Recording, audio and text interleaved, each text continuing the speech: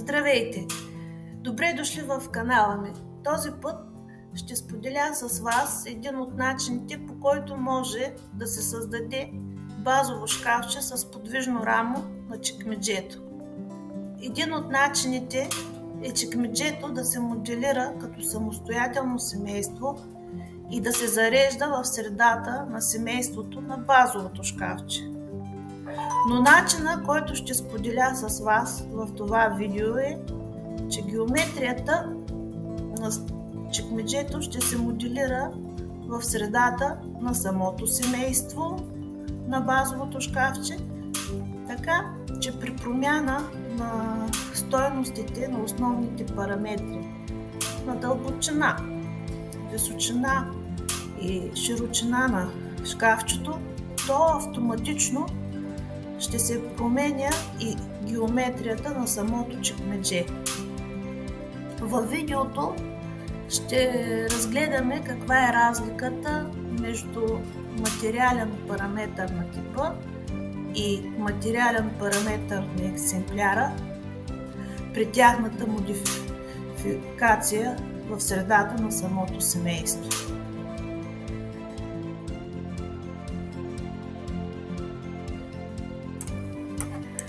Както се вижда, скелетната ни система на модела е вече създадена и сме задали съответните параметри, които пък контролират огъването на самата скелетна система и контролират огъването на физическата геометрия на самия модел.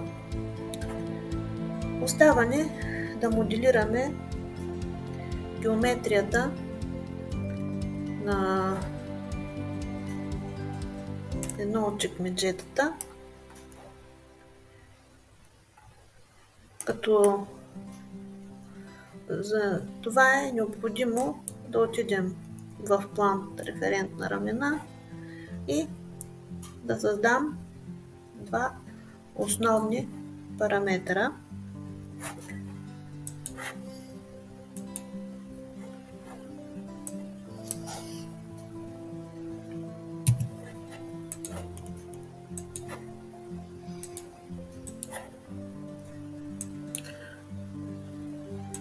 Тази анотация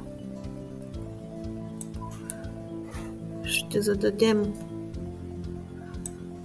параметър, който ще го наречем движение на рамото на чекмеджето.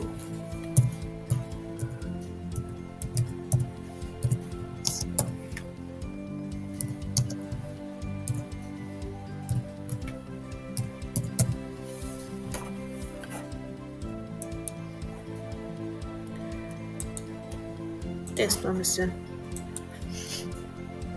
параметъра.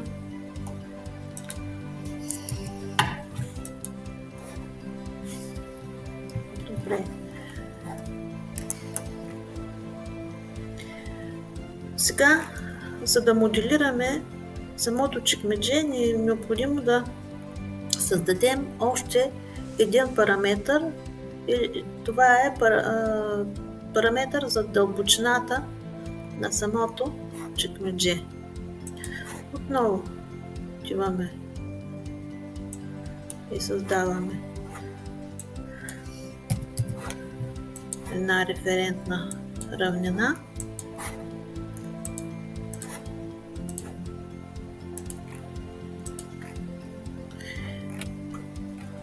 Дименсията между тези две равнини ще я зададем като параметър дълбочина на чекмеджето.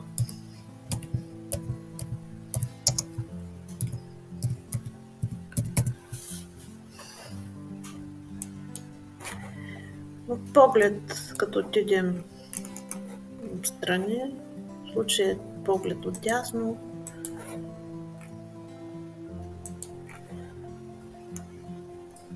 това трябва да е дълбочината на чекмеджето и или тя е равна на разликата между цялата дълбочина на шкафчето и сбора между дебелината на панела за гръб на шкафа и отпред дебелината на самото чело. Значи отиваме в тип на семейството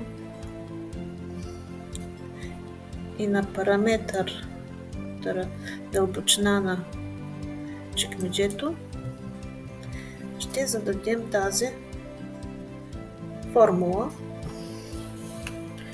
Така че при промяна на основния параметър дълбочина автоматично ще се променя и дълбочината на самото чекмедже.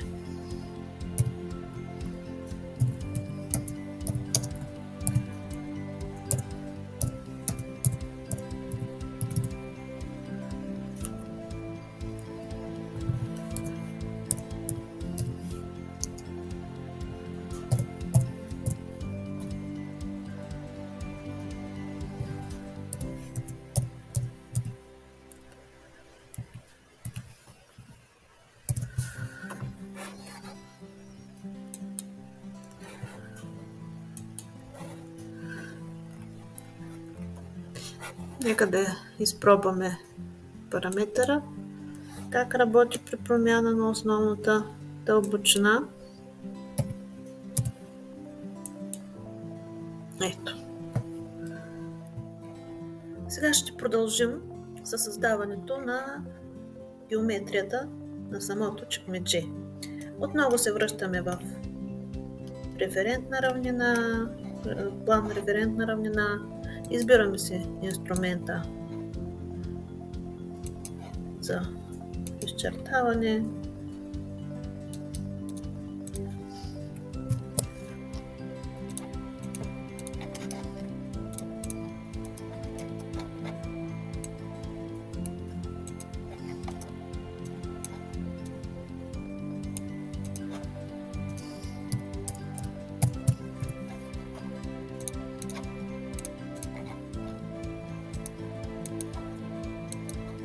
Идваме в изглед.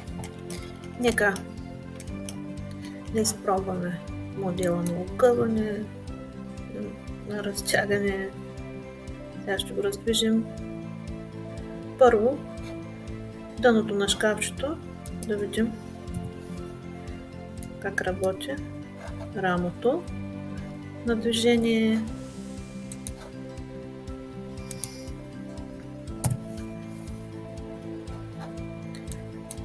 Да изпробваме при промяна на дълбочината и на широчината. Няма проблеми.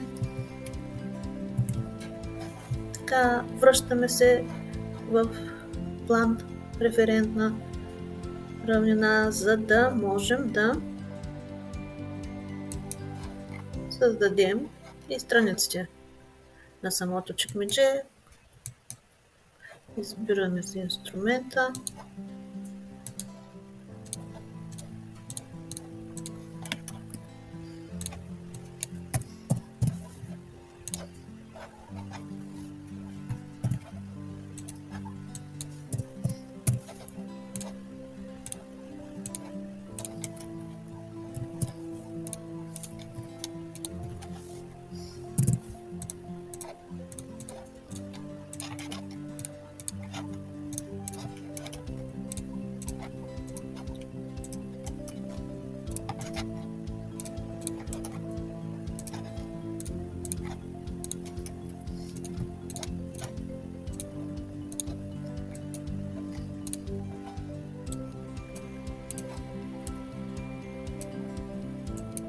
Отиваме в изглед.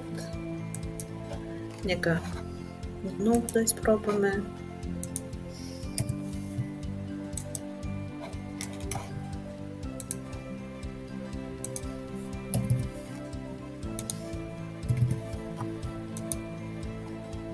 добре работи. И остава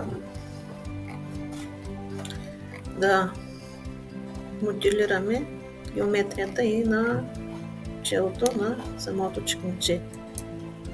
Отиваме в поглед, фронтален поглед, поглед отпред, много избираме с инструмента.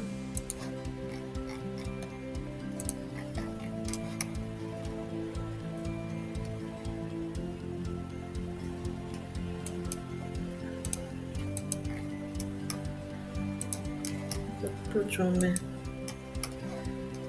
спрямо равнините, фиксираните равнини.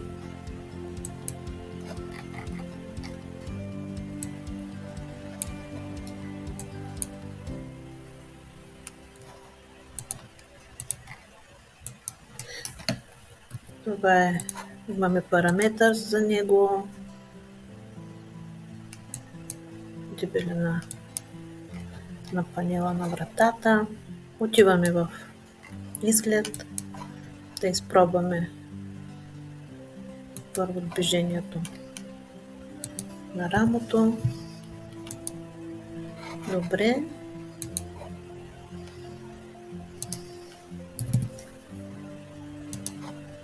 Сега да изпробваме при промяна на параметрите, на трите основни параметра.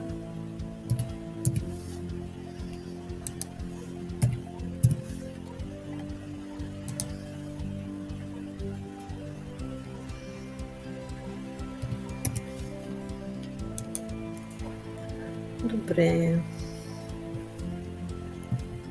За да създадем ново чекмедже с самостоятелно рам на движение или отваряне на самото чекмедже, от другото просто трябва да се създадем още един параметър специално за движение на рамото на второто чекмедже и дълбочина на рамото, която вече ние имаме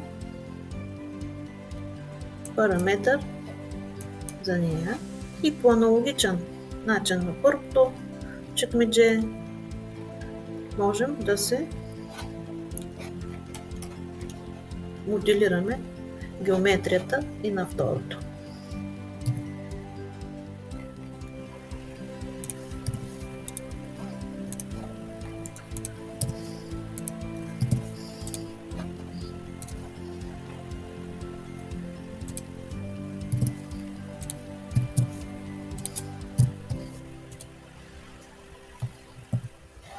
След като сме създали и геометрията на второто чекмедже и сме тествали на раздвижване, на огъване с самото базисно шкафче, можем да преминем към присъединяването на материален параметър на отделните геометрични елементи.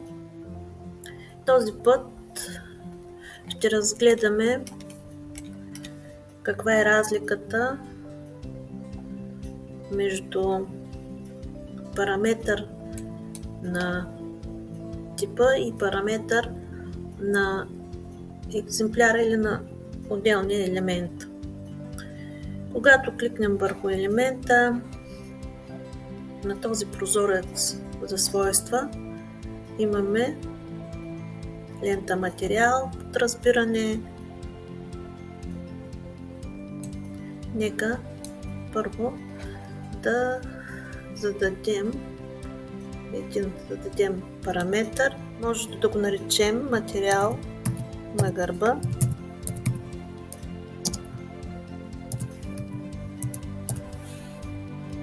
Така, и то на типа. Ето.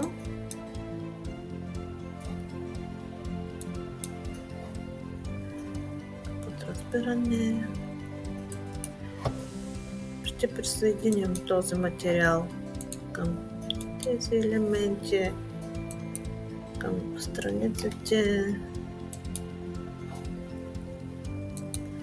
на чекмеджетата. Така. И също за дъното към дъната.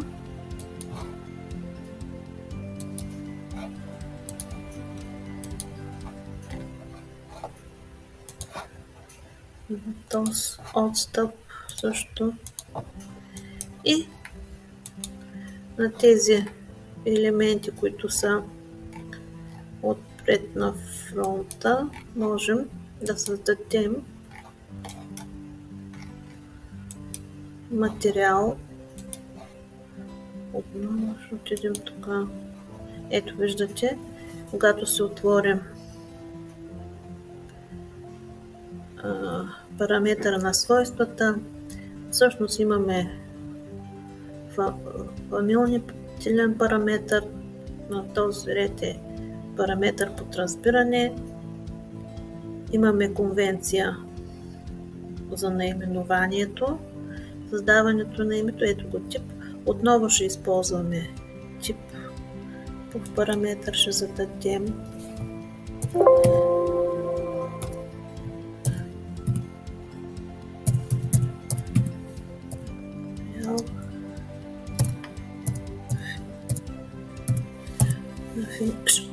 така. Ще го присъединим към тези елементи, които искаме.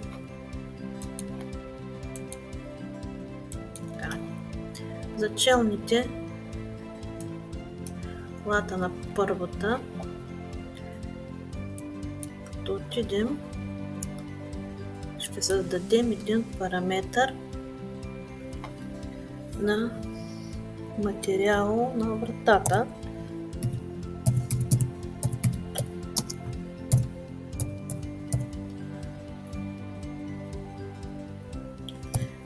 Едно ще го обозначим и няма да е типова на отделния екземпляр.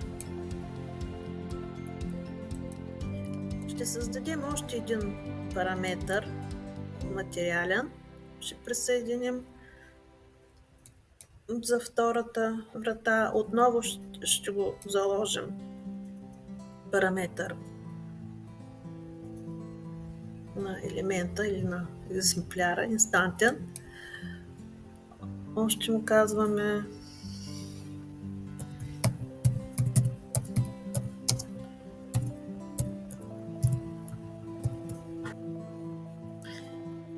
след като сме заредили семейството в един наш проект, нека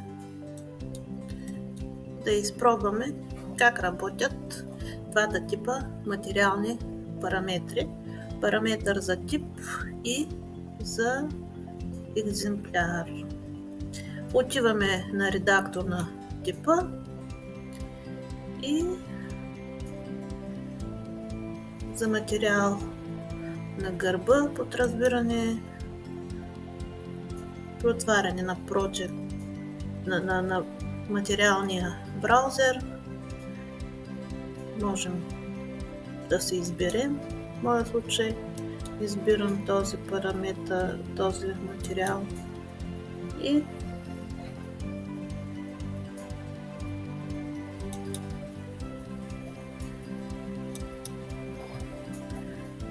за финиш.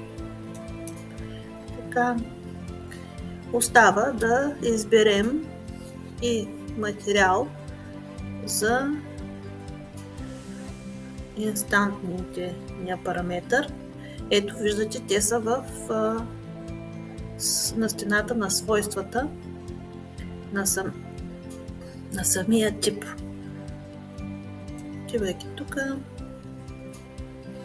от браузера си изберем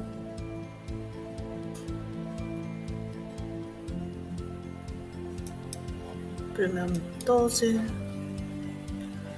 Имам, избирате се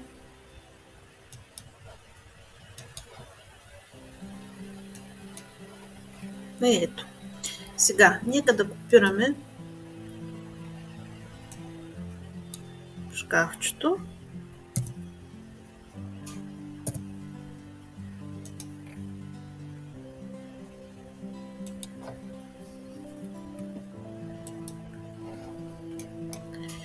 Да влезем в редактор на типа и да променим материала за гръб. Да изберем някакъв друг, примерно череша, моя случай.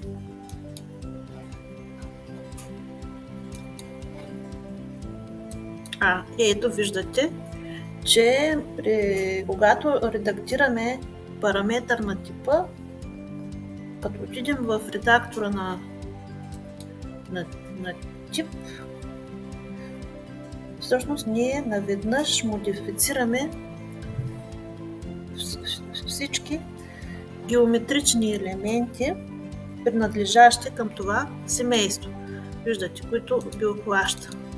Сега ще отидем на един от шкафчетата и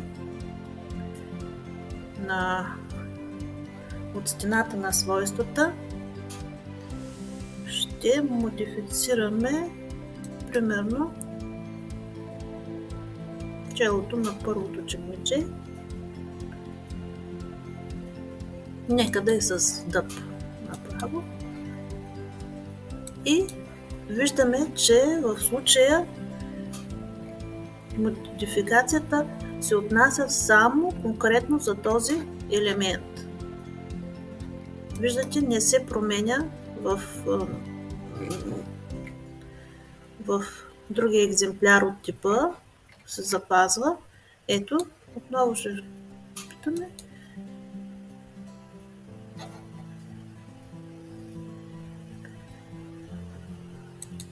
Берем някакъв така и виждате.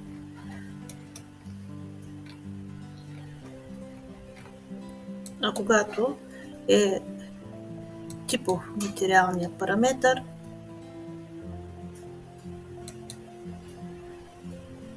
модификацията е за целия, се отнася за целия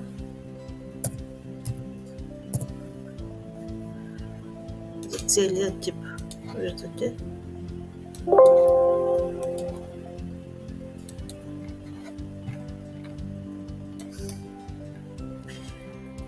Моделирахме геометрията на чекмеджето в средата на самото семейство, така че огъването на обекта се контролира от зададените параметри на размерите на самото шкафче.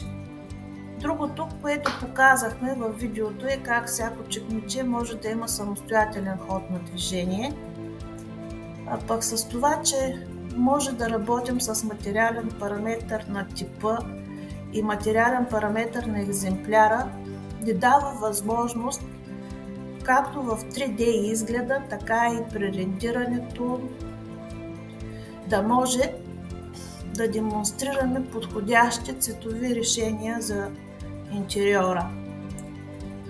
А това, че вратите и чекмеджетата са с подвижни ramена в семейството на Revit, ни дава възможност при презентацията на работата ни да можем да демонстрираме на клиента си функционалността на предлаганото от нас обзавеждане. Благодаря ви, че сте имали търпение и интерес да гледате видеото ми и дано това, което съм предложила в него, да ви е в полза на самата ваша работа. Пожелавам ви успех и до скоро!